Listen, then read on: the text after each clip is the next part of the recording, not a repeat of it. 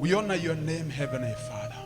For the Bible promises where 2 or 3 are gathered in your name, you are in their midst, O God. And here we are with full assurance in faith that, Father, you are in our midst, Lord.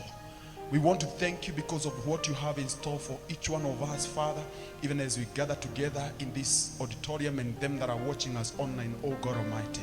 We believe, Father, there is something for each one of us, Lord, that you shall feed us, that you shall satisfy us with your goodness, Lord. That in this place, you'll do great and wonderful things in our midst in Jesus' name. That your voice will be clear and that, God, your instruction will be obeyed in Jesus' own name. We gather here, Father, for we know that you shall teach us today. You shall equip us, Lord. You shall rebuke us. You shall guide us. You shall counsel us, our Father. You'll comfort us and strengthen us, O God. For all this is in your word in Jesus' name. We want to subject our minds, our hearts, and every part of our intellect and every part of our being, O God, to the obedience of your word and to your truth, Father. Praying that there will be nothing that will hinder the free flow of your word and your will in our midst in Jesus' own name. We open up our minds and hearts to you, Father, for we know that this is a new day and we are here to be rejoicing and to be glad in it, for you have made it so. We thank you and we bless you. Use me as a vessel, Father, to transmit your will and your word to your people. May this place be full of your grace, O God Almighty. May your Holy Spirit be present with us, and may all that shall be done here be for the praise and glory of your name. We thank you and we praise you. In Jesus' name we pray. Amen. May the Lord bless you so much. You can have your seats. Thank you for choosing to be in the house of God today. Hallelujah. I would like us to go straight to the word of God. I know, and as I can see, time is well spent, and I believe the Lord has something for each one of us, and he shall speak to us in a profound way. Hallelujah. I've titled today's message, Faithful Stewardship, or a faithful steward, depending on how you'd like to take it. A faithful steward. Hallelujah. Bwana Yesu asifiwe. Allow me to give you the biblical definition of the word steward, because I believe there are many other definitions of stewardship, most of which are not biblical. They have an inclination of what we can be able to gather as the definition of stewardship, but I would like specifically to refer to the biblical definition. And stewardship is defined as utilizing and managing all resources God provides for the glory of God and for the betterment of his creation.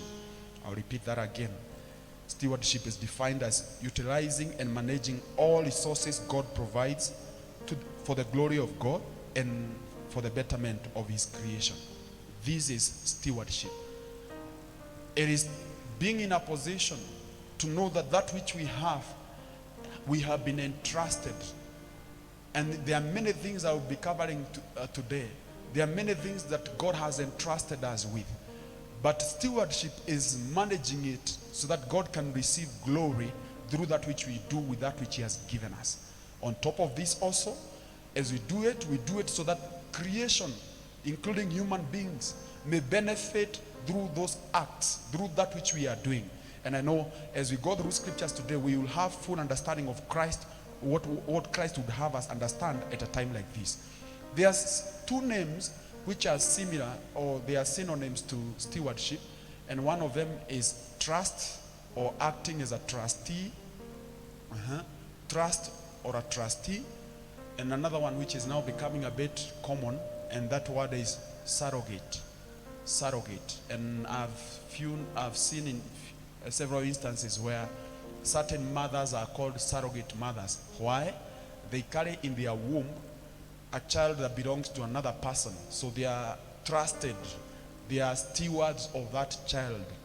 Whether it's biblical or not, that is not the subject of today. But our focus is on what stewardship is, and particularly faithful stewardship.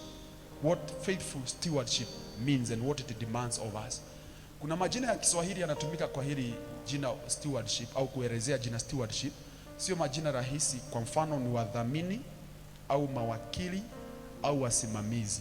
Nikiangalia kwa Biblia zote za Kiswahili, hayo majina matatu ndio yalikuwa yanatumika sana: wadhamini au mawakili au wasimamizi. Those people who are entrusted, who are learning or managing resources on behalf of another. As I lay the foundation, I'd like to split stewardship in two phases. Stewardship imegawanywa kwa maeneo mawili. The first phase is the phase of executing or doing that which we are required to do, that which we are entrusted to do. That is the first phase of stewardship. The other phase is the part of accounting or giving a record or coming to account for what we have done with what we were entrusted to do. Those are the two phases of stewardship. And I will give quick biblical references for each of these. And this is to help us lay a foundation so that when we go to the main text, we know what we are talking about when we talk about stewardship. The first one is in the book of 1 Corinthians. This is where I would like to start. 1 Corinthians chapter 4. This is the writing of Paul. Wakorintho wa kwanza mlango wa 4 kuanzia mstari wa kwanza na mstari wa pili. Wakorintho wa kwanza, 1 Corinthians chapter 4 mstari wa kwanza na wa pili, verse 1 and verse 2. The Bible says this, 1 Corinthians 4 verse 1 and 2. Let a man consider us as servants of Christ and stewards of the mysteries of God. Moreover, it is required in stewardship that one be found faithful. Nimesoma hiyo mistari kwa Biblia zingine, haswa NIV inatumia jina trust. To whoever a trust is given, then faithfulness is demanded. So katika phase 1 of stewardship, where we are supposed to execute or do that which we have been entrusted to do, what is the key requirement from God? It is faithfulness. Blessed be the name of the Lord. And Paul is now saying in this verse that whoever looks at us, he's referring to him and the rest of the apostles who are ministering those days, anasema yeyote atakaye tutazama tukifanya kazi kupitia hizi vipawa ambavyo Mungu ametuaminia kwa wakati huu, atutazame sio kama wamiliki. We are not owners of these mysteries of God. We are not the masters, but we have been entrusted. Tumeaminiwa, tumeruhusiwa tuzitumie kwa sababu ya yule aliyetutuma. Bwana Yesu asifiwe. And he says we minister we are stewards of the mysteries of God. And verse 2 he insists that to whoever a trust has been given, to whoever stewardship has been assigned, then there is a demand that that person must walk in faithfulness. Hallelujah. Na hiyo ndio phase 1. Phase 1 is in executing. Hii miaka tulio nayo tangu kuzaliwa kwetu mpaka kufa, kunayo mambo mengi sana Mungu ametuaminia tuyafanye. Nitayataja leo. Kunayo mambo fulani ambayo Mungu ameturuhusu tufanye kazi kwa niaba yake. Hiyo ni phase 1. Phase 2 will come when we will now depart from this life.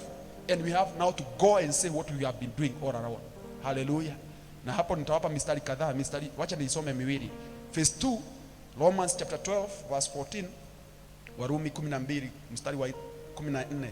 Romans chapter 12 from verse 14.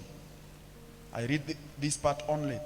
Paul says, let a man so consider us as servant. Sorry, I'm repeating verse 1 and 2 of 1 Corinthians. I'll go back to Romans chapter 12.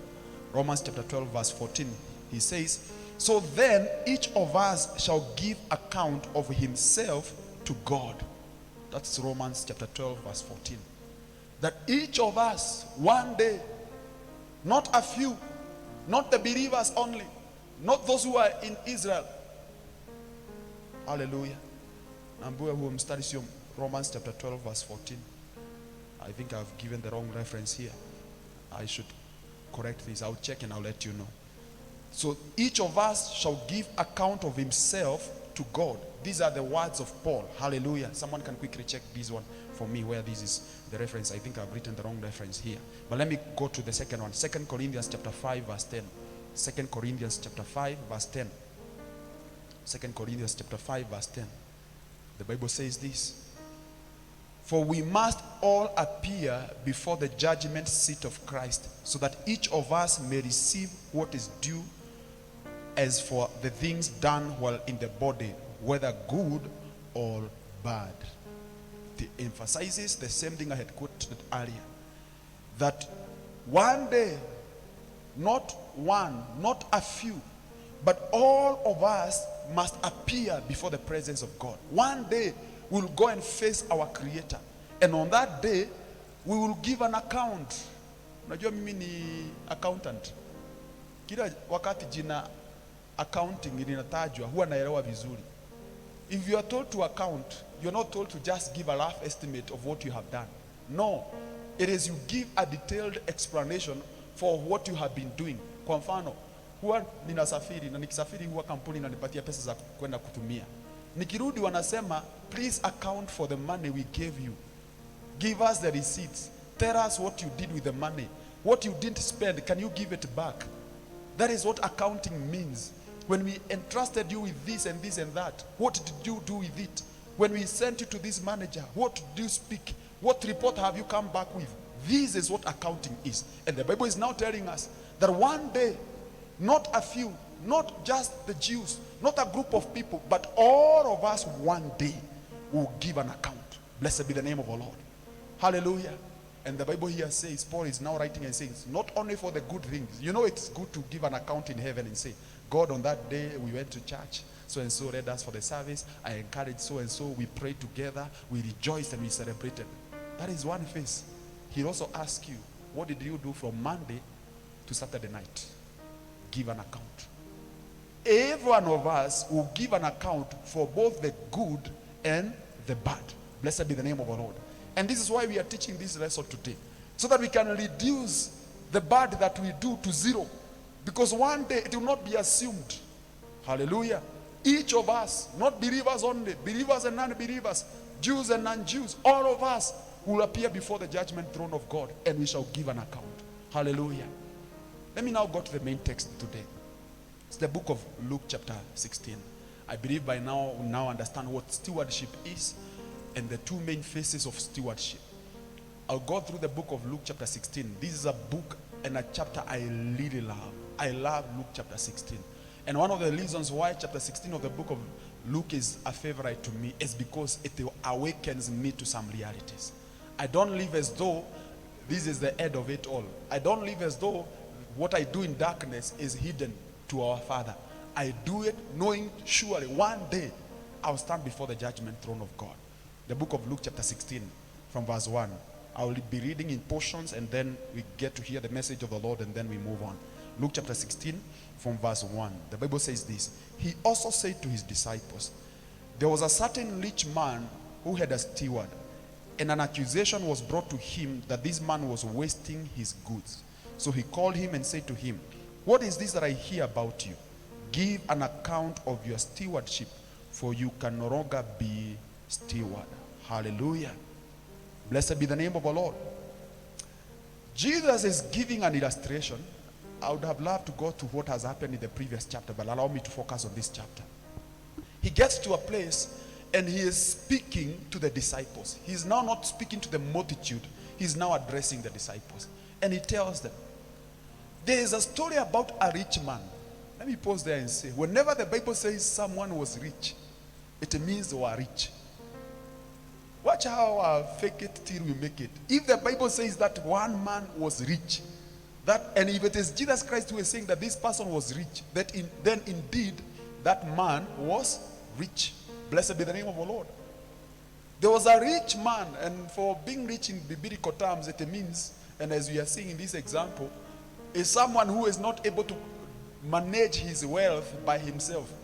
Kama pesa zako unaweza kuhesabu wewe kivyako, bado hujafika kiwango cha kuwa matajiri. Tajiri ni wale ambao pesa zake na mali yake hawezi manage kivyake. Ni watu wanahitaji watu tatu, mmoja accountant, mwingine ni manager, mwingine ni nani, wamsaidie kufanya kazi ya management of resources. In this case, huyu tajiri alikuwa ameajiri mtu wa kuchukua madeni zake. He was in charge of all the debtors. Yani tajiri ametajirika kiasi ya kwamba all the customers he has, hana uwezo wa kuwafikia wote kivyake. He has employed someone. So the Bible says here, this rich man was given reports that amongst the people you have employed, one of them who is a steward, a trustee, someone who has been entrusted with something to do, has been unfaithful. So he calls the man. What this man did, we were not told. That wasting, we are not given a description of how the wasting was, how he spent the money. But all we know is what he was doing was not the right thing. So the master calls him and he says, I've heard about you. I've heard a report about you. and the report I've had is not good. You are wasting my resources. He asked him, can you give an account? So in the first phase was executing. Now the time of accounting has come. Hallelujah. Let's go through this story together. Before you read, let me just mention 2-3 things. Number one, the steward, when he came, he knew his time is up. Because the Bible has told us, when the master called him, he told him, give an account, for you cannot continue in stewardship anymore. Blessed be the name of the Lord. That is in verse 2, towards the end. For you can no longer be a steward. Hallelujah. So he knew, even as he's coming to give an account, I'm giving an account and I know time is up. We are not even given the explanation he gave. We are not even told what he said. We'll jump straight to what he did after he was called for the meeting. Hallelujah. Wajua saa zile mdosi anakuita mkutano na kuambia Joe, na kama umefanya mambo maovu unaanzanga kutetemeka. Hujui kama kile ambacho umekuwa ukifanya kwa siri ndicho kimefanya wewe uitwe kwa mkutano. So he was called. Hallelujah. Can I pause here and say this? That even us, one day, our stewardship here on earth will come to an end. Hallelujah. We cannot be stewards forever. A day will come and will be called by the Father. Come and give an account for what you have been doing. So the question is, what are the areas of stewardship? And this is why I'm pausing here. What are the areas of stewardship that God will be asking us to give an account of? The first one is about your body. He gave you a body, a perfect body, top to bottom. Miguu, kichwa, brains, maini, figo, kila kitu. He'll come and ask you, how have you behaved with the lungs? Have you brought smoke to your lungs? And I hope someone is listening to me. Hii lungs nilitengeneza ipumue hewa safi. Na ukaenda ukachukua tobacco ukaitupa kule ndani. Hallelujah. 1 Corinthians chapter 3. I will not go there, but verse 16 and 17, Paul is writing to us concerning our bodies, and he says, our bodies are the temple of God. And he says, don't you know that the Holy Spirit dwells inside there? And whoever destroys the body, God will destroy him. Bona sasa tunapata watu wanapia asimili. Wewe sio mgonjwa, alafu unaweka tuchuma tuingine kwa mwili ndani. Ati ni urembo. Bwana Yesu asifiwe. God hated, even in the Old Testament, piercing of a body. Putting things which are not there. Kuambia Mungu hukuunda hapa pakiwa parebo sana. Wacha niongeze kitu hapa ya kukuonyesha kuna kitu ulimiss. One day, whoever destroys this body, God will ask for an accounting. This body ought to be maintained properly. Give it proper sleep. Eat a balanced diet. Wacha kukula tu manono. We went for a certain Kalamu. Nikaona wazee fulani wanasema unaona ile pati ya kodoo iliyo nono ni mafuta tupu. 100% mafuta. Wanasema hiyo ndio sisi tupewe, hiyo tupewe. Sasa nauliza, hata katika Agano la Kale si hizo vitu zilichomwa? Hallelujah. Tuwe waangalifu sana what we are doing to this body. Blessed be the name of the Lord. God will one day demand us to account. The words of our mouth, number 2. You will account for the words of your mouth. Matthew 12 tells us. Matthew 12 verse 36. Jesus says that to every human being, they ought to be careful every word they speak.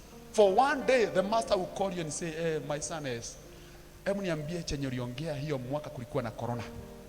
Kahapa, ongea maneno yote ulisema, sema kwa nini ulisema haya maneno. Hallelujah. Why were you speaking like this? Idle words.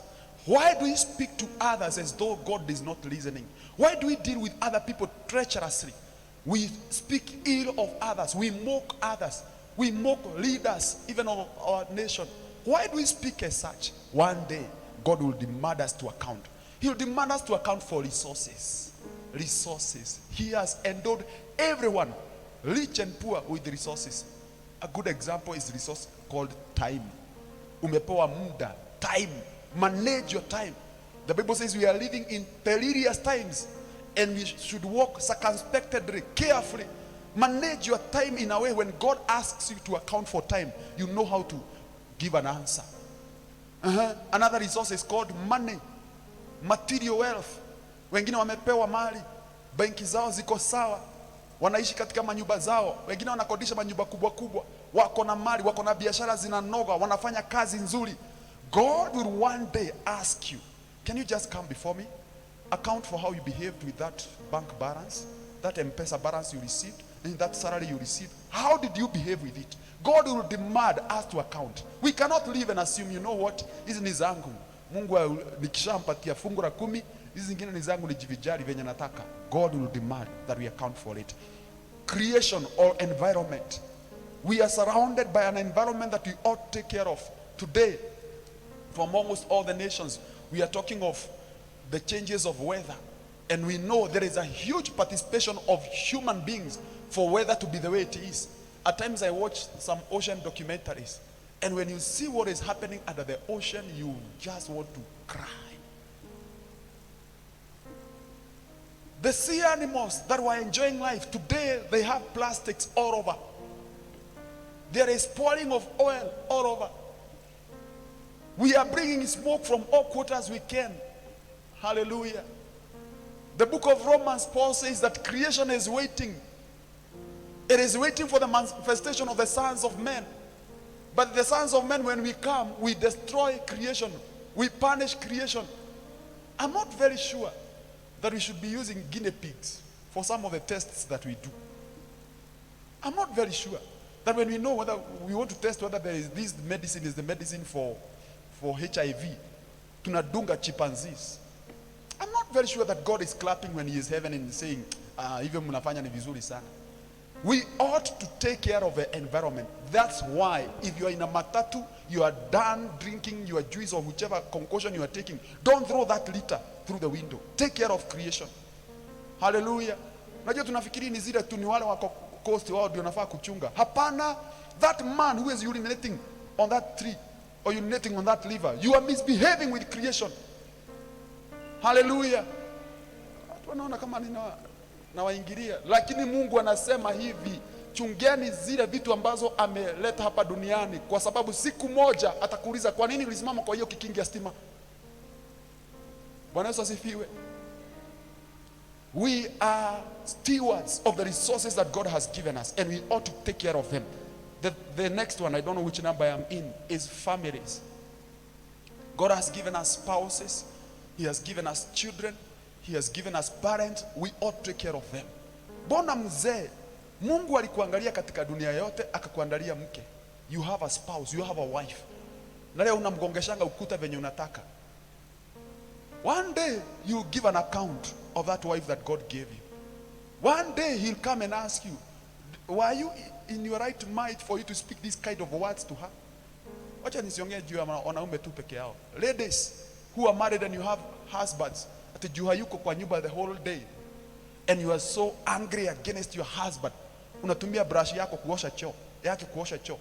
Jioni anakuja hapo na piga mswaki, hajui ndio ilikuwa inaosha choo. One day God will demand you give an account. The children that God has given us, we deal with our children as though they are foreigners. How many deadbeat fathers and mothers do we have in our generation? Yani mtoto anazaliwa hapa Nairobi, baba yuko Nairobi, baba anacha mke, naye mama wanasikizana watume mtoto kijiji. Unazidi kula kebab hapa Nairobi, wao wakisiaga mihogo. One day God will ask you to give an account. Hallelujah. We cannot just behave and operate in this world as though hakuna mwisho, hii dunia tuko in charge. No. The way we deal with our spouses, one day God will ask us to account. That's how I treat why I treat my wife the way I treat her, and the way she treats me. She knows one day ataulizwa, huu mzee ulifanyia nini? Sio ninakuja hapo, mimi niko na njaa, anasema nimechoka, tutakula kesho. Sasa hiyo mimi nikihesabu, hii tunaitanga miterero. Juu hakuna usingizi. She'll be demanded to answer. Hallelujah. Give an account for this husband, for this wife of yours, for that child. Those of us who have parents, take good care of them. God will ask you. Blessed be the name of our Lord. The last one is our positions. We have positions that we operate from. Some of us are leaders in various capacities. Some of you are supervisors. Some of you are managers. Others are police officers, caretakers of buildings and properties. In fact, the word caretaker is a real word for stewardship. The definition of stewardship should include the word caretaker. Anyone who is a caretaker, you are a steward. Hallelujah.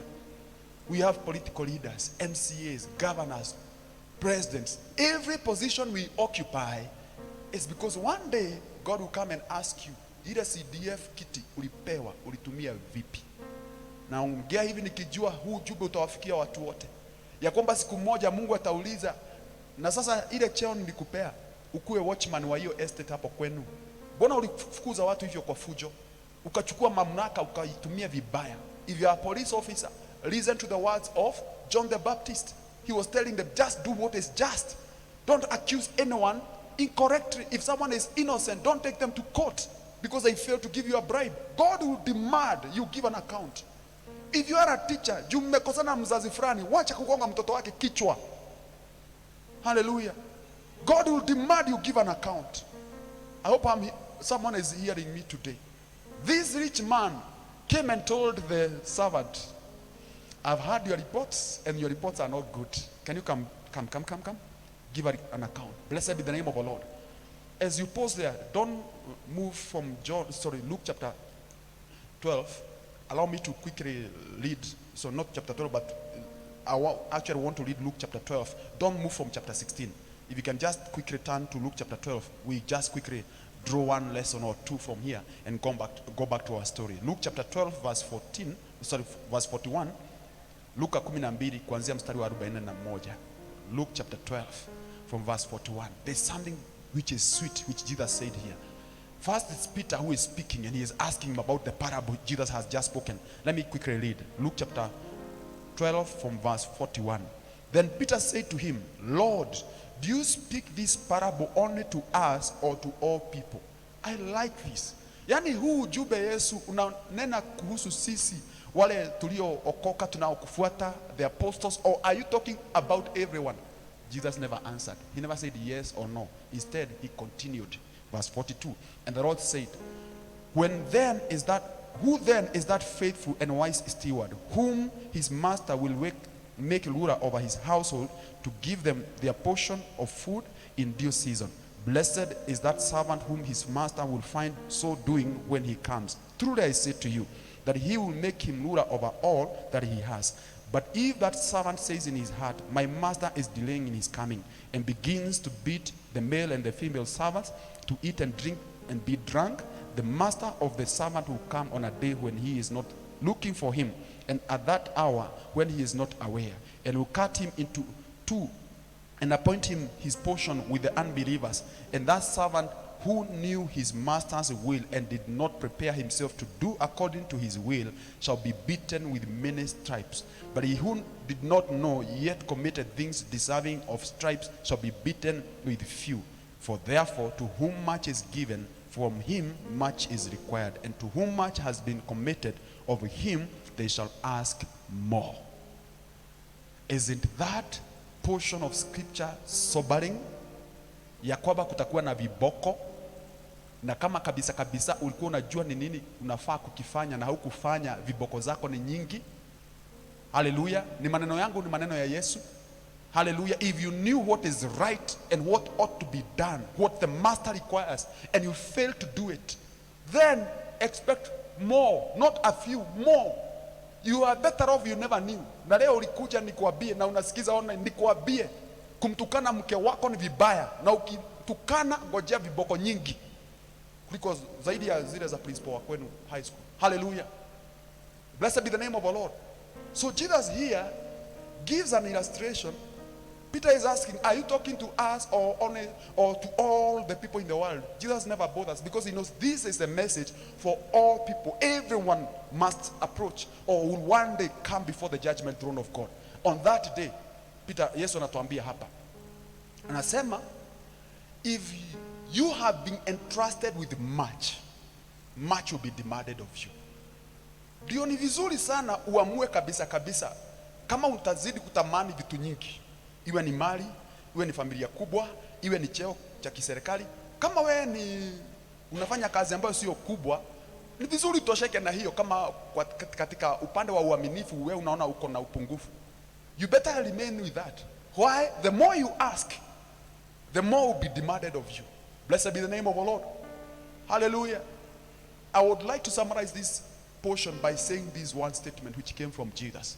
That blessed is the servant, blessed is the steward, who when the master comes will find him doing that which was required of him. Hallelujah. Hatafanya mambo mawili yaliyotajwa hapa. Number one, beating the servants. This is being ruthless, abusing our powers, abusing our privileges. Hallelujah. The Lord will not find us abusing that which he has given us. He has given you some plants to eat. Why do we abuse them? All plants were created by God. Why do we have people abusing some plants? Hope you know what I'm talking about. Hallelujah. Including wine or alcohol. Let me put it that way. Alcohol was created for use, and those who are medical doctors or practitioners, they can tell you it can relieve pain. But why do we have people abusing it? In fact, that's the term he uses here. He says that servant will not only be beating the other servants, but he will also be getting drunk. Hallelujah. This is what we call indulging. God has given you resources to administer, lakini unakula zile zimekutosha na unakula mpaka zaidi. That is indulging. Part of the portions that God has given us is to administer help to others, reach out to the needy, the less privileged, touch their lives, benefit them. But now unaona mtu ameumbwa na Mungu, amepewa mali, anatengeneza boma moja Nairobi, ingine Kilifi, ingine Naivasha, ingine kijiji ya kwao, na ananunua kanyumba Dubai. Na hizo nyumba hazina watu, ati nikienda holiday naishi hapo. My oh my, that is indulging. 2 or 1 is enough. It's sufficient. When you go for holiday, kenda Lamu, if that's where you want to go. If you are going for 1 week, you can rent out a hotel, and that will be sufficient. Lakini mali unaweka mali huku, ili hali the same city you are living in, we have thousands who are sleeping on the streets. One day, God will demand accounting. Blessed be the name of the Lord. Wacha kutuambia ati ni utajiri, ili nitajirike lazima nikuwe na mali nyingi hivi. One day, God will demand that you account. Blessed be the name of the Lord. Go back together with me to the book of Luke chapter 16. That's where I want to dwell. Luke chapter 16. Verse 3, we move together. Verse 3. The Bible says, this is now the response of the steward. Verse 3. The steward said within himself. Now haya sio maneno anaambia mdosi wake. Haya ni maneno anajiambia yeye mwenyewe. The steward said within himself, what shall I do? For my master is taking the stewardship away from me. I cannot dig. I am ashamed to beg. I have resolved what to do. That when I am put out of the stewardship, then they may receive me into their houses. Verse 5. So he called every one of his master's debtors to him and said to the first, how much do you owe my master? And he said, 100 measures of oil. So he said to him, take your bill and sit down and quickly write 50. Then he said to the other, and how much do you owe? So he said, 100 measures of wheat. And he said to him, take your bill and write 80. So the master commended the unjust steward, because he had dealt shrewdly. For the sons of this world are more shrewd in the generation than the sons of light. Hallelujah. I love this young man. I love the way he behaves and the way he is responding. The things he is doing, he is not telling his boss. And mark this, and this is something I don't want you to forget. Jesus is using the story of how people behave in the world to compare us, believers, how we should behave in the kingdom of the light. Hallelujah. And this is the main theme of this second section. He says this man said, you know what? My stewardship is being taken away. In short, nafutwa kazi. Naambiwa niondoke. Sina kazi tena. But what shall I do? I cannot just stay the way they are. I cannot stay just the way that I am. And he quotes his weakness. What does he say? I can no longer dig. Yani siwezi rudi kijijini. Huu ni jamaa wa mtaa. Hallelujah. Siwezi enda kwetu kijiji. Gishagi hapana. Siwezi enda kulima tena. Number 2, if I stay in this city and I'm not digging and I'm not feeding for myself or feeding myself, I will have to do something. And he says, I can also not beg. Because whoever is in the city and they are not working and they are not having something to provide for themselves, they are begging. He says, I can also not beg. Blessed be the name of the Lord, which is a good thing. Don't you think this man is thinking? Good. And notice, as Jesus is giving this parable, he is bringing us to a place where he says the sons of the world, or the people who are behaving, or non-believers, they behave like this and they operate like this. But us who are the children of the light should be even wiser. If this man in his own shrewdness, his crooked skins, is able to craft something like this, then how much more us the sons of the light? What does he say? The servant or the steward called for his master's debtors, wale waliokuwa na pesa za mdosi wake, akawaita. Mmoja akamuuliza, wewe kuna nini ya mdosi? Akasema, mimi niko na 100 units of oil. It's good we may not be able to go to the details of this, but 100 units of oil those days compared to the modern prices, we are talking of billions of money. Someone who owed the master billions of money. And he told him what? Cut it to 50. In short, get a 50% discount. What is he doing? He said, so that if I do this, when I go out there, I'm jobless. These people will say, you know what? You treated us nicely. We cannot allow you to tarmac. We cannot allow you to go to the streets. We'll feed you. Hallelujah. If someone gives you a 50% discount, and it's a discount of billions, so in short, they have given you billions for free. He called the second one. And na wewe ni pesa ngapi za mdosi uko nazo? Akamwambia, nami niko na wheat 100%. Akamwambia, punguza ifanye 80. Akapewa 20% discount. And this is not the only one, because the Bible says he called all the debtors. Wote kawaita. Naomba unisikize hapa. Do you know at the end of the story, the master got to know about it, that is the owner got to know about it, and he commended him. Imagine someone has stolen from you and you are saying, wow, well done. Jamani mshapu. Venye umepanga hivi ukapelekana hivi, inaonekana wewe jamaa uko vizuri huku, upstairs uko sawa. Then the story never ended there. Even Jesus himself commends him. And this is the surprising thing. Is Jesus trying to say that if we get to ourselves into a place where kuna vile kazi zinawezaisha, unaanza kutolea stock mlango wa nyuma, unajipanga unasema sasa nikifutwa kazi, angalau hii pesa na hii pesa hii itanisaidia. Is that what Jesus is trying to suggest to us that we should do? No. In fact, he says when the steward got to know that he would be sacked, he told these people, the debtors, to act speedily, act quickly. And this is how the sons of this world behave with money. Sijui kama mmeona wanadamu wa hii dunia inapofika mambo ya pesa venye wanafanya kazi, they act speedily. Usiku unasikia mtu anapiga tu simu, ako kwa SMS na ni saa 12 asubuhi ana transact pesa. Hallelujah. This is why Jesus is saying that the sons of this world, when it comes to administering a resource called money or resources, they are wiser. Is he trying to say that we copy them? No. He is saying become better than them. It's a principle in the Old Testament. When you want to teach, you teach from the lower to the higher. So he is saying do not be like this. What they are doing is shrewd. It's not the right thing, but they seem to be doing better by the little they are doing than the sons of the light. The sons of the light should not just do this, they should do something better. When you know the position you have is not tenable, that's the English word they use. Yani haitakuwa hapo milele, then it means kile ulicho nacho dakika hii unakitumia vizuri. Bwana Yesu asifiwe. Hallelujah. You use it to preserve your future, and that is the thing we are getting from this story of this man. He said, today I'm certain I'm going to be sacked. But when I'm sacked, I want to have a safe landing, a soft landing. Mahali naenda nataka nipate mambo yangu yametayarishwa. Question is, sisi ambao tumeokoka, do we ever think of where we are going? Do we ever think what will happen when this life is gone? Jesus is speaking to the disciples. He is not speaking to the multitude. He is speaking to his own. Anawauliza, je, nyinyi hamuoni wana wa hii dunia wanajiandaanga juu ya zile siku za usoni?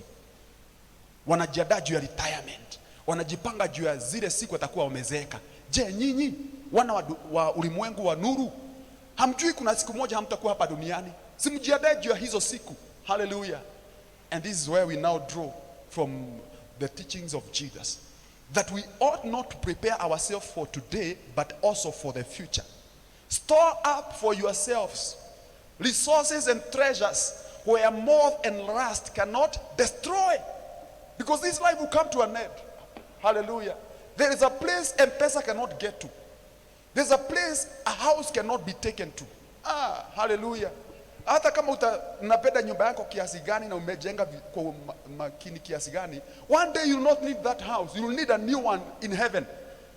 How much more should you be spending energy and effort making sure that your house in heaven is good and better than the one you are building here on earth? Why? The one you are going to face in heaven will be permanent, for good, eternity. You don't want to dwell eternity in a funny looking house. Blessed be the name of the Lord. Hallelujah. Isaiah chapter 38. I'll read this for you. Isaiah 38 verse 18. We only have the time we have now to do that which is required of us. Isaiah 38 verse 18 says, for the dead cannot praise you. They cannot raise the voices in praise. Those who go down to the grave can no longer hope in your faithfulness. What is Isaiah teaching us here? And why am I quoting this verse? Because what God has given us now it ought to be used now to bring him glory, because there's a place we are going, it will be useless. Let me talk to those who have talents. Let me address those whom God has gifted in different ways. The gifts that you have, God has given you these gifts for this season to prepare yourself for where you shall be. Prepare for your future. Hallelujah. If you can sing, sing for the glory of God. If you can build, you are a mason. If you can architect or design something, do it for the glory of God. There is a place you are going. Isaiah is calling it the grave. In that place of grave, no one can sing. When you sleep, you cannot improve your future. You are gone. Blessed be the name of the Lord. May I have men and women who are saying, in my generation, I'll use my talent to prepare myself for the future. Hallelujah. Some of us may have one day, others 50 years, others 120 years. But the period that God has between now and the time you depart from this world, or between now and the time Christ raptures the church, that period that you have, use it to bring glory to our Father. Use your talents, the things that we mentioned earlier on, the resources, the time that we have. Use your body to bring glory to God, that one day, once you go the other side, you'll be received. Hallelujah. Let me read verse 9. The Bible says, verse 9, and I said to you, make friends for yourself by unrighteous mammon, that when you fail, they may receive you into everlasting home. I'm picking verse 9 only because there are two truths I would like us to look at here. Jesus now addressing the disciples, he tells them, make friends. Fanya marafiki. I'm posting so that something may sink here. And he says, you do so using mammon. I'll come to that in a moment. Then he says, so that when you fail. What is he talking about? Is Jesus wishing that we fail in life? So that when you fail, they will receive you. Who are going to receive you? The friends you make.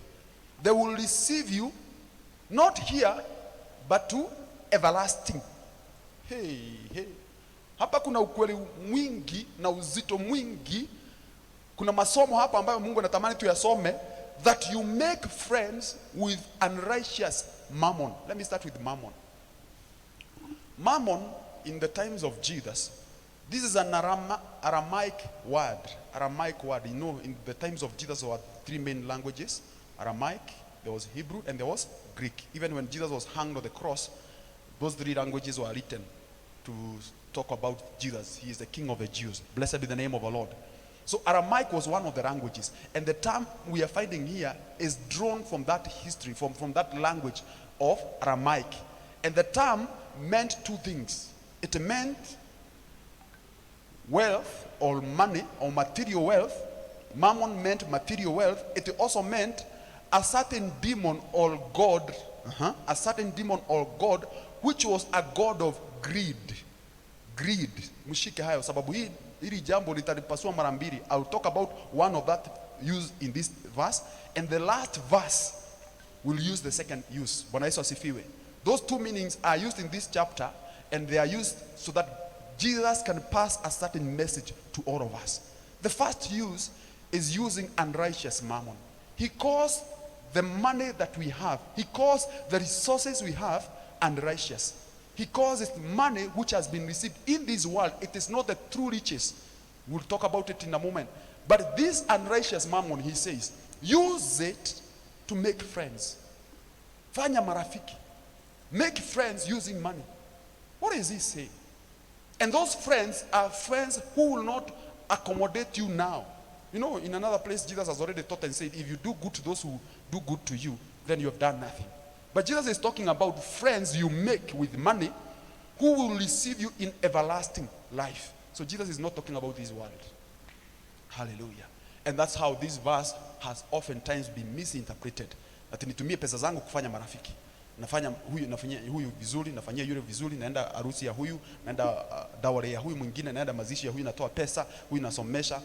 That is what many people take that this verse means. Those people will not receive you when you fail. When you fail, he is referring to the physical body giving up. When you are gone, when you are no longer here. Blessed be the name of our Lord. There are things we can do with money. Let me come to the application of it. There are things we can do with money that we can find that money where we are going. Hallelujah. The few coins I may have in my pocket may be useless if I drink it all or eat it all. I feed for myself, I clothe it all. There is a place that money I'm having cannot take me. But you know what? Jesus is saying, store up for yourself. Hallelujah. Support mission work. Let the gospel be spread using your money. Let the kingdom of God expand and grow. Why? When the work of ministry is expanding and the hearts of men are coming to the kingdom of God. Do you know, for example, there are people who have supported what we are doing right now. We are airing this program live. This message is going to people who are even outside this nation. And there are people who receive this message and we are not aware of them. They'll actually be born again. These are the people who we will find in heaven. Mmoja aliokoka na kupitia kwake familia yao ikaokoka, kupitia kwa hiyo familia wakahubiria kijiji yao na watu wao. Thousands come to the kingdom of God. When we go to heaven, there will be some people who are welcoming us there. They are telling us, thanks be to God for what you did, for the seeds that you sow, for the work that you did. Why? In so doing, I am here. Hallelujah. By your works, by your investment. In short, the resources I have now, I can use them for the glory of the kingdom. I can use them that it will not only perish now, that my money will not just be used now, my bank account will just not drain now. I'll have invested in the kingdom of God. Can I say this? I don't know whether to quote this one here. There are things we are doing in this kingdom that will be beneficial not only for this season. It is not just that our brothers will stop drinking, you know, our uncles will stop misbehaving, our nation will be having good citizens. It will not only have a benefit in this kingdom. We will reap the benefits of the things that we are doing, not only in this dispensation, but years thereafter. Hallelujah. When Jesus says, I've gone to the Father, and I'm going to make a house for you. Paul writes to us in 1 Corinthians chapter 3, and says, let every man be careful how he builds. So Jesus has promised, I'm going to make a mansion for you, but the materials to make that mansion comes from you. Hallelujah. Paul says, some build with hay, others with perishable things. There are some who choose precious metals. Blessed be the name of our Lord. So be careful how you build. Be careful, because what you build with will be tested through fire. Blessed be the name of our Lord. And this is why I'm pausing here and saying, let's not just use our resources, our time, our opportunities for the things just we have right now. May we use our time, our resources, our opportunities, the positions that we have, that we can inherit when we got the kingdom that is to come. We'll find it there. Hallelujah. That friends will welcome us to the everlasting life. I don't want to be welcomed in houses here on earth and I'll not be welcomed in heaven. I want to find a congregation. I want to have thousands who are waiting up in heaven and saying, thanks be to God, you gave to the kingdom. I am in the kingdom because you gave. Blessed be the name of our Lord. I encourage thousands. I encourage many people to support the work of the kingdom. Whatever we do it for the glory of the kingdom. And there are things you can do here on earth and they end here on earth. There are others we can do. We'll find them in eternity. Blessed be the name of the Lord. I'll not quote Matthew chapter 6, verse 19 to 21. You can write it down. I had mentioned it earlier. Let's go to the other section. Verse 10 through to 12. Verse 10 through to 12. The Bible says this. He who is faithful in that which is least is faithful also in much. He who is unjust in that which is least is unjust also in much. Verse 11, therefore, if you have not been faithful in the unrighteous mammon, who will commit to you the true riches? And if you have been faithful in what is another man's, you have been unfaithful. Sorry, let me repeat verse 12. And if you have not been faithful in what is another man's, who will give you what is your own? Now, Jesus brings us now to the conclusion, the second half of what I was talking about. You have been entrusted, and Paul told us earlier, to whoever a trust is given, he is demanded to have faithfulness. So Jesus now brings us to the meaning of faithfulness. Hallelujah. When I was in high school, my high school teachers, the English teacher, taught me a term which I remember oftentimes, called an axiom. A-X-I-O-M. I'm not about to teach English here. But an axiom is a widely accepted truth, a self-defeated, a truth that cannot be refuted by anyone. So Jesus uses axiom to give us this message, something that he knew even the reasoners cannot doubt about it. Hallelujah. It's like when we say that a child can bear, mtoto anaanzanga kumea meno katika umri fulani. Hiyo sio kitu ya kubishana. Hata kama uamini, we gojea, pata mtoto gojea. Akifika hiyo umri atatoa meno. Hiyo ni kitu ya kubishana, tukisema hapana, koti za kwetu zilikataa, sisi ni watu opposition. Hakuna. Is a widely accepted truth. It starts by itself, it defends its own. So here he gives three. And he says, number one, and this is a profound truth. I wish I had several hours. I would spend on these three alone. He says, whoever is faithful with little, that person will be faithful with much. Let me pause there, brethren. He does not say, he who is, no, not he, but if you have much money and you're managing it well, it is proof you can manage little. His message is about the person, not the resources. Hallelujah. It is not the quantity that defines whether you are faithful or not. If you can be trusted with little, you can be trusted with much. If you are an MCA, you can be trusted with some little money for that sub-county. Then you can be an MP and be entrusted with the whole of the CDF. Hallelujah. And one day you can be entrusted with this government. But we are witnesses even in this land. There were some people who were MCAs. Those days they were called councillors. They were MCAs, they abused resources. When they became MPs or governors or some other future positions, they just continued with their abuse. Blessed be the name of our Lord. This is to say to everyone that what God is looking for us is not the abundance. He is looking for faithfulness. If you are a faithful steward, it doesn't matter where you'll be taken. Hallelujah. They give you little resources, you'll manage it well.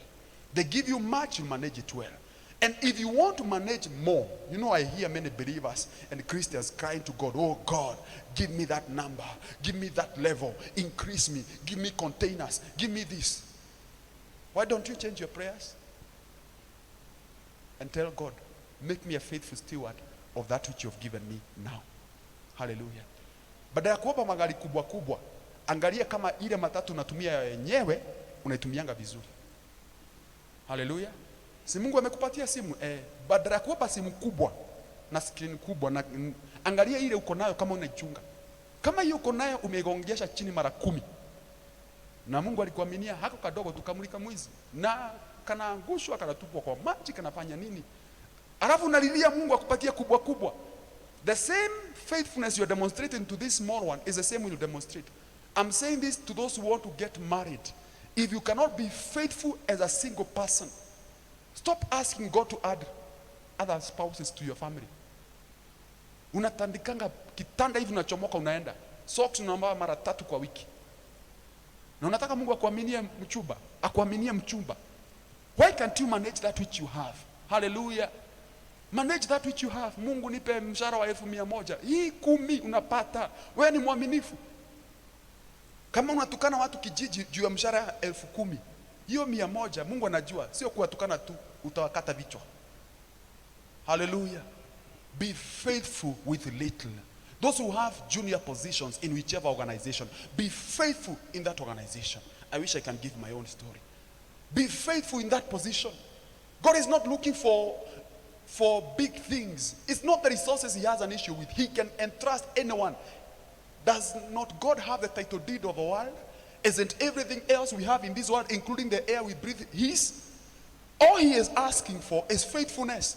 Unfortunately, there are many who are arguing to God. They are like that servant whom the Lord entrusted with some resources. Akampatia denari 1, wengine wakapewa 2 na mwingine 5. Akasema hii nimepewa ni kidogo sana. It cannot add value to me. Wewe ni mtu mdhalimu sana. Unataka kuvuna mahali hujapanda, akaficha. And that's what many people who have least do. Without knowing, you are under a test called faithfulness. A test called faithfulness. Will God find you faithful? Will God find you faithful with that one room you have? Hiyo karumu kamoja umepewa, hiyo ndio umekodisha, ndio una uwezo wa kulipa. Mungu atakupata mwaminifu kwa hiyo room moja. Baada ya kuopa 3-bedroom house, mwambie Mungu, hii room moja nimepewa, unapanguza cobwebs. Landlord hana shida na wewe, hasikii ukibomoa ukijenga. Tiles za wenyewe huvunji, hapana. Hiyo kanyumba kamoja unakachunga, unafunga vizuri. Lakini sasa kama umepewa nyumba moja, tayari umebomoa mara 3 sababu kifuri umetupa funguo mara 10. And you want to have your own, God will see that the same unfaithfulness you are having with this one room is the same that you will extend to those houses. Blessed be the name of the Lord. I pray in Jesus' name that we will change our attitude towards that which we have. Hallelujah. If you are born in a family where you are many, mlikuwa mnapewa chakula hapo, hata mama akipakua unaanza kuona yako ni dogo tayari, kulingana na mechota yako ni dogo. Yani hujaona venye zingine zimewekwa, lakini hii imewekwa kwa sahani yako unasema ni dogo. Unaanza kuona ya brother yako ndio kubwa, unaanza kusema mbadilishane sahani. Why don't you first of all say, Mom, you umenipa hii nitakula, kama sitashiba taongea baadaye, but at least that which you have given me now, I'm grateful and happy. Blessed be the name of our Lord. Ili watu waache kuteta juu ya mili yao, waache kuteta juu ya mavazi zenye wako nazo. If God has given you nguo 5, dada yangu, ndugu yangu, aminika na hizo 5. I wish I can give you my own stories. Niliishi miaka kutoka form 1 mpaka form 4. My oh my. Tena kubuka hizo siku. Unaishi na katrouser kamoja. Nako katrouser kamoja hakachafuki. Sunday best. Kila Sunday kasafi, unaingia kanisani. Wenye mmezaliwa Nairobi hamjui zile pasi zenye tulikuwa tunatumia kijiji. Pasi unaweka makaa, mara ukiweka juu hivi inaangusha vizingine kwa guo, unarusha juu haraka haraka. That is the life we were. And God found us faithful with that one cloth. Blessed be the name of the Lord. Sasa mtu ako Nairobi, ako na nguo 5 na ako na sababu za kutosha kuambia Mungu, Sunday ni siku yangu ya kufua nguo. Sina time ya kwenda church. Actually manguo zangu nimeanika nje, ni wet. Siwezi enda church. My oh my, you don't know what you are talking about. You need to see some faithful brethren ako na kakoti kamoja. And Jan to December hako kakoti kako smart. Na hakosi kwenda ibada zozote na mikutano yote. Yeye ni mwaminifu kwa Mungu. That man, just give him time. You see him one day changing one after another, after another, after another. Blessed be the name of our Lord. Hallelujah. I hope I'm today speaking to someone. Jesus gives an axiom, a truth that cannot be refuted, whether it is in the kingdom of them that are not in the light or us who are in the light. Number 2, he says, if you are unfaithful, now he brings the other term we had seen earlier, with unrighteous mammon. Hallelujah. Unrighteous mammon. Unrighteous mammon, now in this case, referring to, okay, let me not go to that first. I'll come to that as I conclude. To resources, to money, to riches of this world. If you are unfaithful with these riches, then he asks, who can entrust you with the true riches? Na hapo kanisa ni vizuri tu post na jiuliza, kumbe kuna utajiri na utajiri wa kweli. Acha nirudie tena, kuna utajiri na utajiri wa kweli.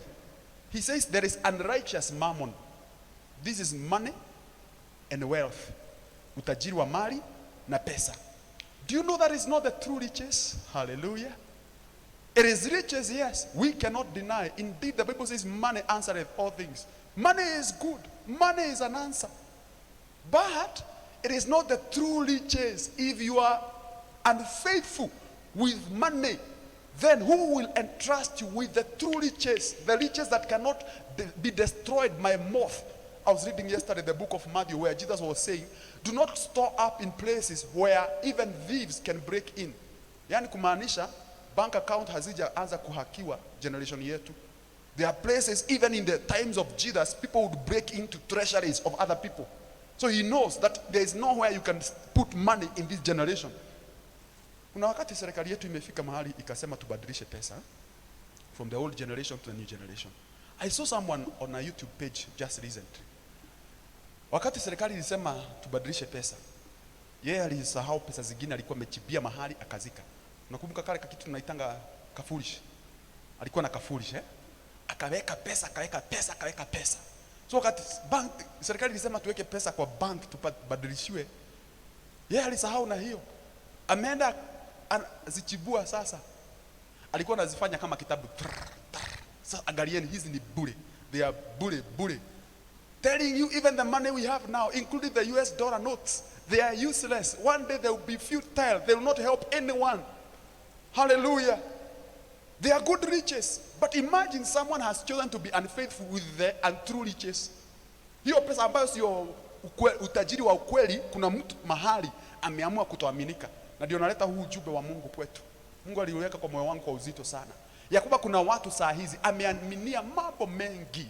Iwe ni vyeo kwa ofisi. But the places they are in, they are unfaithful. Why? Money has deceived them.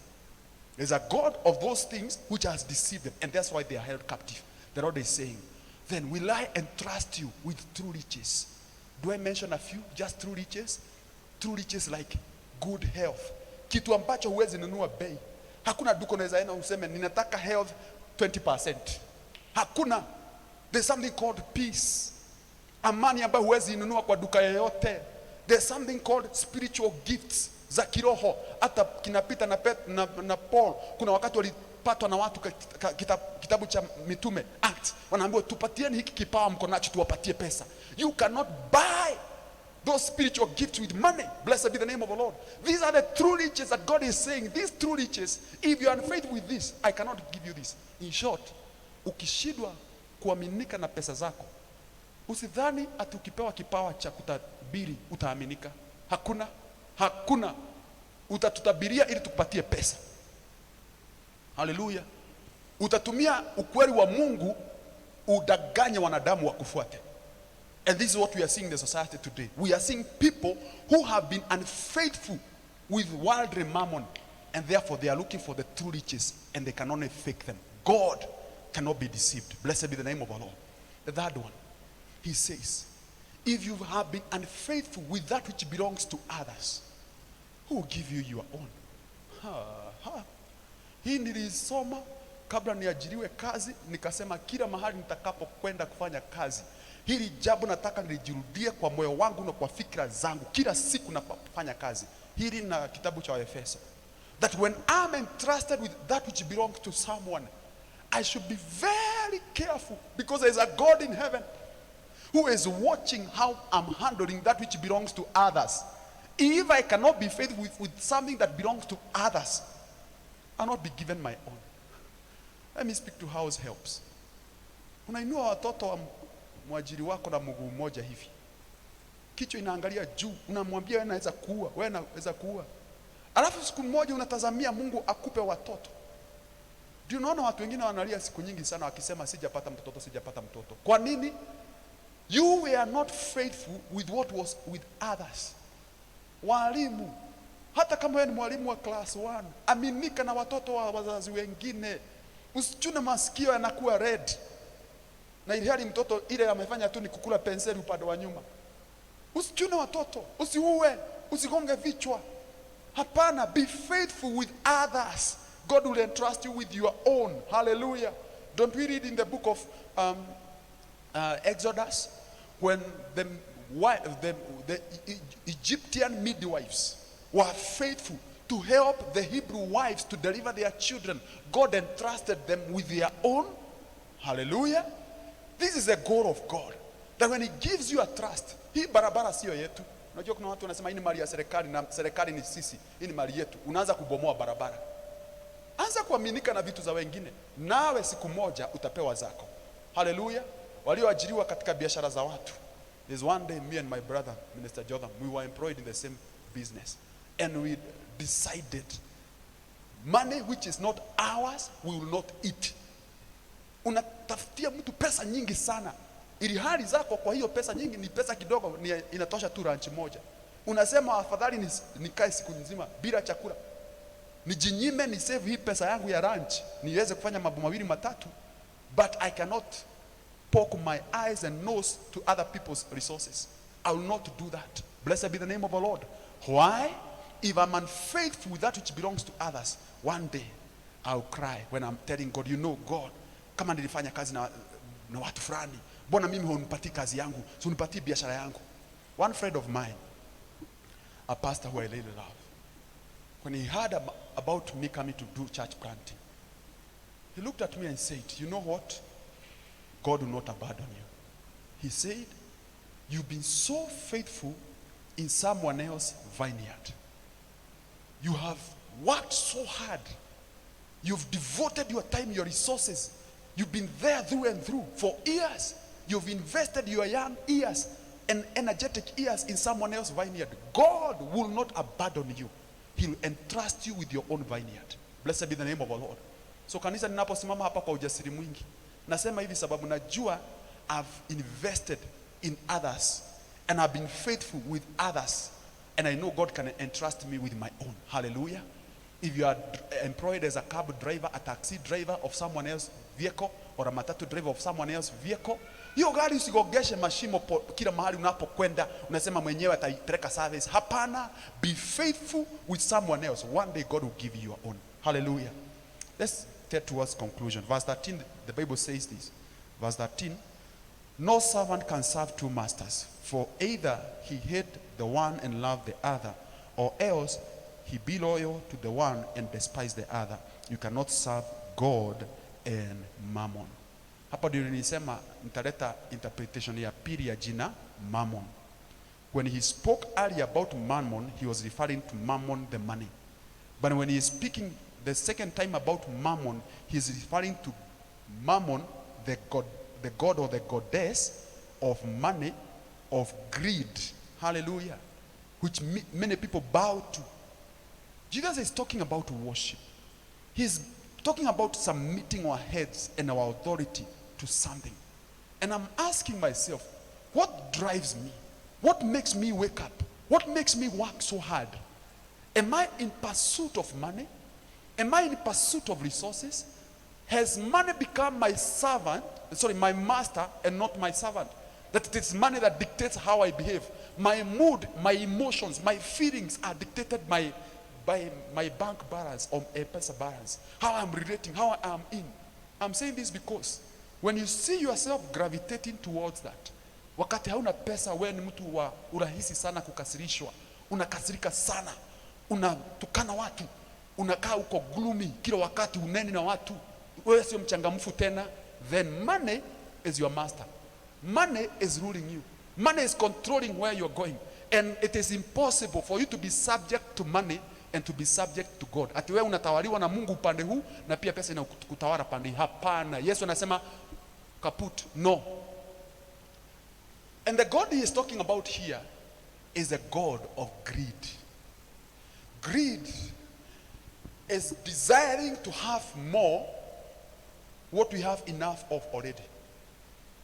Mungu amekupa manguo kadhaa, lakini unatamani hata ukiona mwingine amepita nayo nyingine unasema hata hiyo Mungu nataka unipe kama hiyo.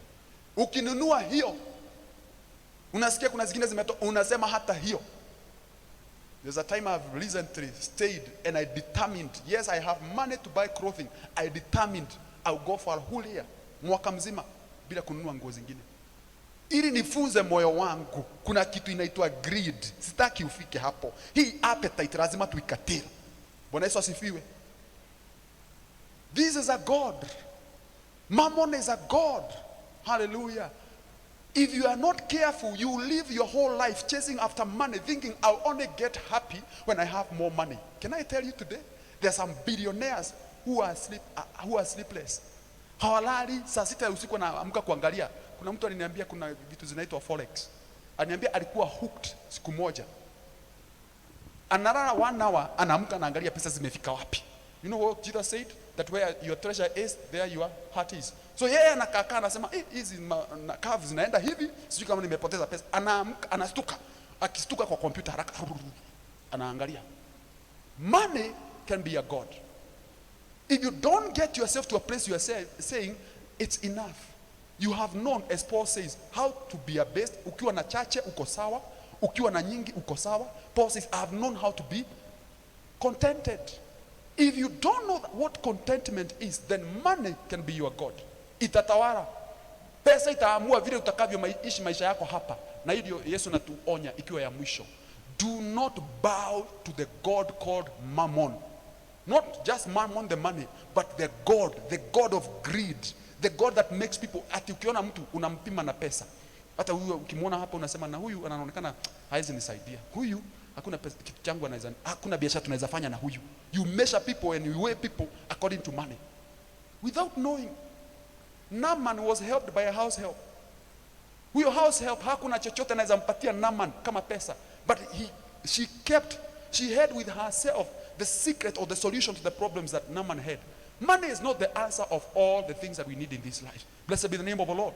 We read in the book of Ecclesiastes chapter 7 on Friday here that money is a defense. But the Bible adds the word but. Money is a defense. But wisdom gives life. Hallelujah.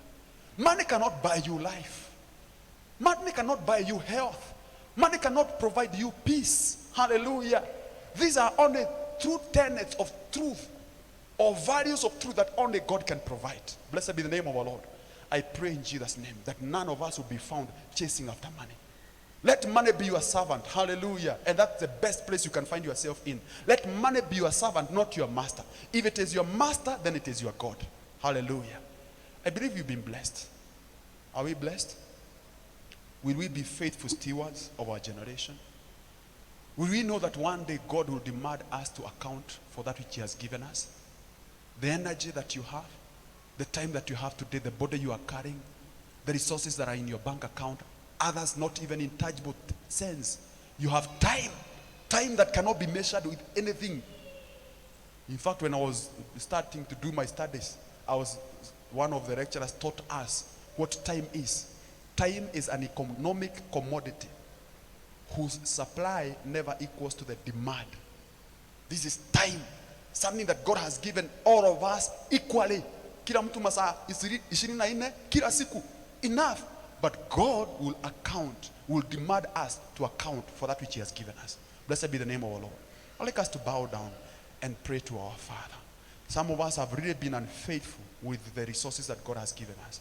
Some of us have not been so careful to remember that one day God will demand they account for the words of their mouth, for the way they behave with their spouses, their relatives, the way you behave with your body.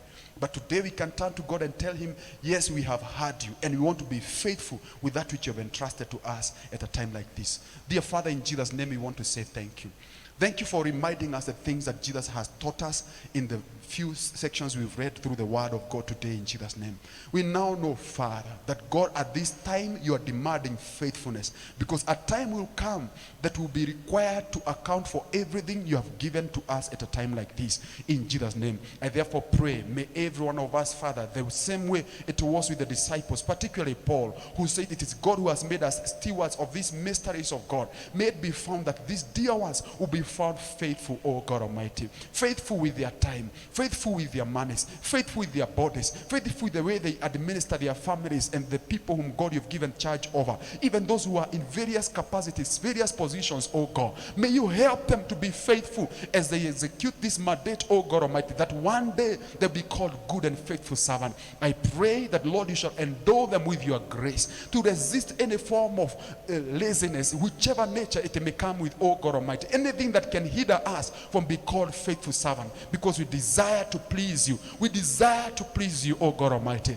I therefore pray even for all them that are watching us, Father, that you may forgive them for their various past failures, oh God Almighty. Times and seasons and days and places where they have been found unfaithful, oh God. They have fallen short of your glory. I pray, may you forgive all of us, our Father, and help us to make very firm decisions, oh God, because we know that when Christ will come, he will demand that we account for the time that we have spent here on earth. We bless you today and we give you glory, for you are our God and you shall be our God forevermore.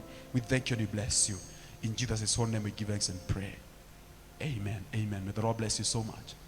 Thank you for taking time and listen to this service and watching this program. May the Lord bless you so much for being there and listening to the word of God through the platform that God has given us. We pray that God will help us to be faithful, even with the few resources he has given us, to be very faithful to do the work of ministry, the work of evangelism, the work of spreading the gospel in our season, in our dispensation. For we know the night is coming when no one can work. May the Lord bless you so much. If you're not born again, the best recommendation I can give to you is to commit your life to Jesus Christ.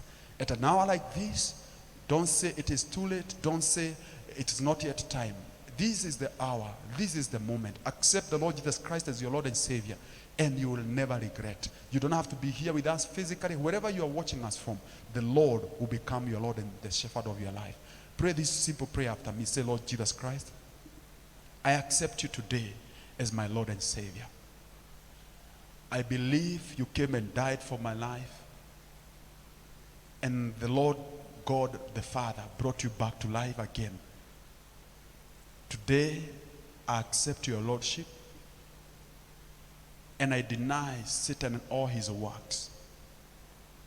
Thank you for saving me. In Jesus' name we pray.